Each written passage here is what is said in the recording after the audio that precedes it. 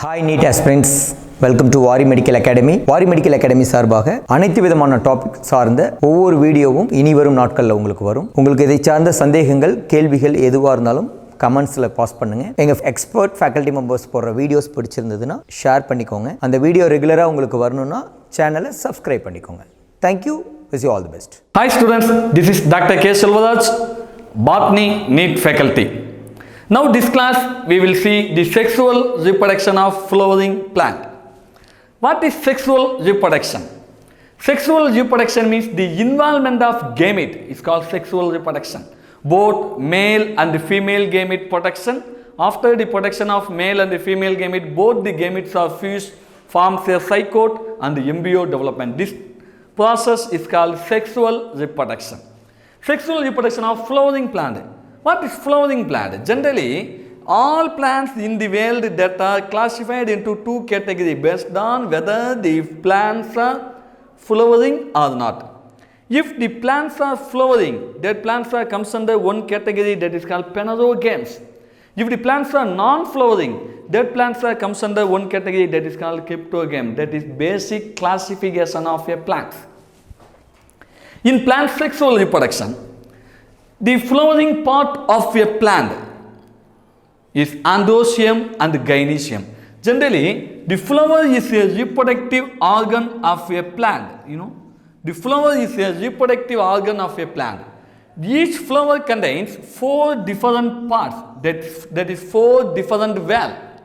I hope you already studied what are the valves which present in the flower in morphology of flowering plants. That is calyx. Second one is corolla. Third one is androecium. And fourth one is gynoecium. Here, the calyx and the corolla is non-accessory valve. It is non-accessory part.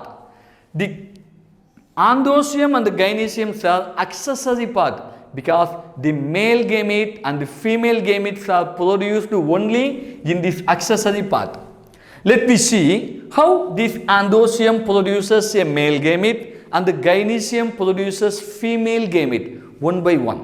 Okay, the production of androecium, that's called male gamete, is called mycosporogenesis, and the formation of female gamete from the gynoecium is called female megasporogenesis. In time immemorial, we all connected with the flowers because in all our functions we use the flowers. So first we see how the flowers produce a male gamete. The male gamete is called pollen grains. How the pollen grains are formed. In male gamete, the androecium means a number of stamens which present in the flower is called androecium. Okay, the androecium means a number of stamens or a group of stamens. What is stamen? Stamen is a special structure which present in the flower. One stamen contains the anther and filament.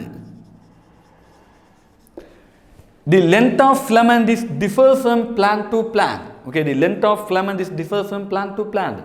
The anther, normally anther of a plant is bilobed. Okay, this anther is bilobed. Both anther and the filament is called stamen. Okay, both anther and the filament is called stamen. Let me see how this anther develops. Okay, the anther is bilobed. Each lobe contains 2 thecus. Thecus means 2 chambers. So each lobe is called dithecus. It's called dithecus. Okay, it's called dithecus. Mostly the monothecous anther is also present. Monothecous anther is only present in the Coimbatore, especially in Malvaceae family. In Coimbatore plant, monothecous anther is present. But most of the angiosperms contains a dithecous anther. Let me see what are the wall layers are present inside the anther and what are the functions of this wall layer and inside how these male gametes are produced. Let me see. If we take a cross section of anther, the cross section of anther shows a butterfly-like structure. In this butterfly-like structure, it contains 4 layers. The outermost layer of anther is called epidermis. It's called epidermis. Below to the epidermis, the another one single layer is called endothecium. This layer is called endothecium. Below to the endothecium, 2 or 3 more layers are present. That layer is called the middle layer. Okay, that layer is called middle layer. And in center of this under, it contains a microsporangium. Normally, each dithecous under contains 4 microsporangium. The 4 microsporangiums are present. The microsporangiums are innermost layer of under. The outermost epidermis, endothecium, and the middle layer. These 3 layers are called protective layer. The epidermis, endothecium, middle layer, these 3 layers are protect which present inside this microsporangium. It is a protective layer. And the 4th layer of this underwall layer, that is called tapetum. These tapetal layers are completely covers the microsporangium. It's a tapetal layer. This tapetum is completely covers the microsporangium. This tapetum is called nutritive layer. It is nutritive layer because it provides food and nutrition to the growing microspore inside this microsporangium. Okay, it is called microsporangium. Okay, microsporangium which present in the inside the microsporangium, the microspores will form. Inside the microspores, how the microspores are formed? That is called microsporogenesis. Microsporogenesis means the formation of microspore from microsporangium. It's called microsporogenesis. This tapetal cell, the nucleus of a tapetal cell is also binucleated in condition. It is binucleate. That is important because in all other cells, the remaining cells, the epidermis, endothecium, middle layer, and these all 3 cells are containing only haploid nucleus. But tapetal cell containing binucleus, 2 haploid nucleus, 2 diploid, not a haploid, diploid. Okay, that because all are sporogenous cells.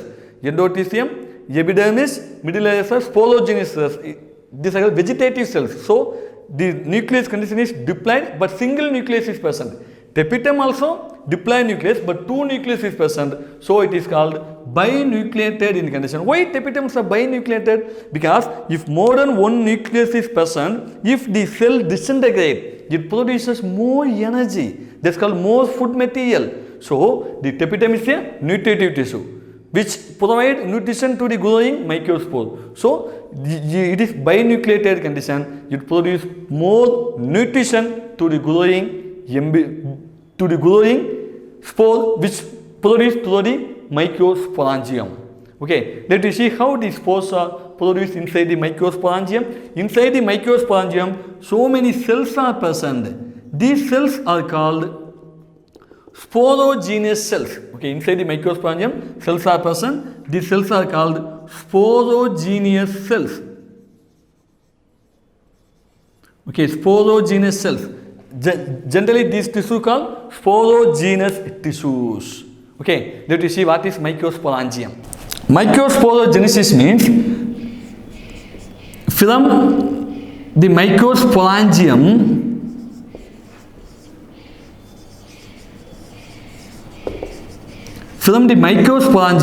how the microspores are produced.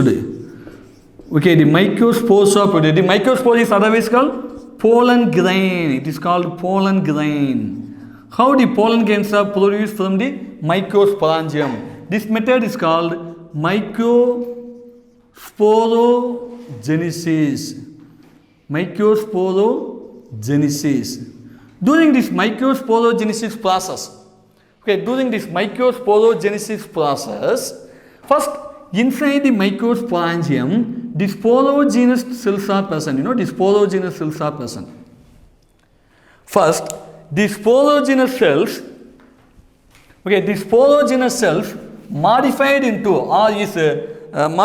sporogenous mother cell or microspore mother cell or pollen mother cell. See, it's a sporogenous cells which present inside the microsporangium. Sporogenous cells which present inside the microspongin. Sporogenous cells are diploid in nature. The sporogenous cells first differentiated into microspore mother cell. Okay, microspore mother cell. Or this microspore mother cell is otherwise called pollen mother cell. Okay, it's called pollen mother cell. The pollen mother cell. Pollen mother cell is also diploid. Microspore mother cell, pollen mother cell, both are same. Okay, both are same. The name alone different, but both are same. This microspore mother cell now undergo meiotic division. Okay, undergo meiotic division. What is meiotic division? The meiotic division is a reduction division. So the diploid condition now form into haploid one. It divides into meiotic division and forms microspore and form 4 cells. The 4 microspore or the 4 pollen grain. The 4 pollen. It is called the microsporogenesis. Now these 4 pollen grains are formed. These 4 pollen grains, these 4 microspores are in cluster. Okay, it is in cluster form. So the pollen, the microspores are present in a cluster. So it is called microspore tetrad. So it is called microspore tetrad or pollen tetrad. Due to degradation. Degradation means the reducing the water content. Okay, due to reduction of water content, the degradation, the pollen wall layers are ruptures.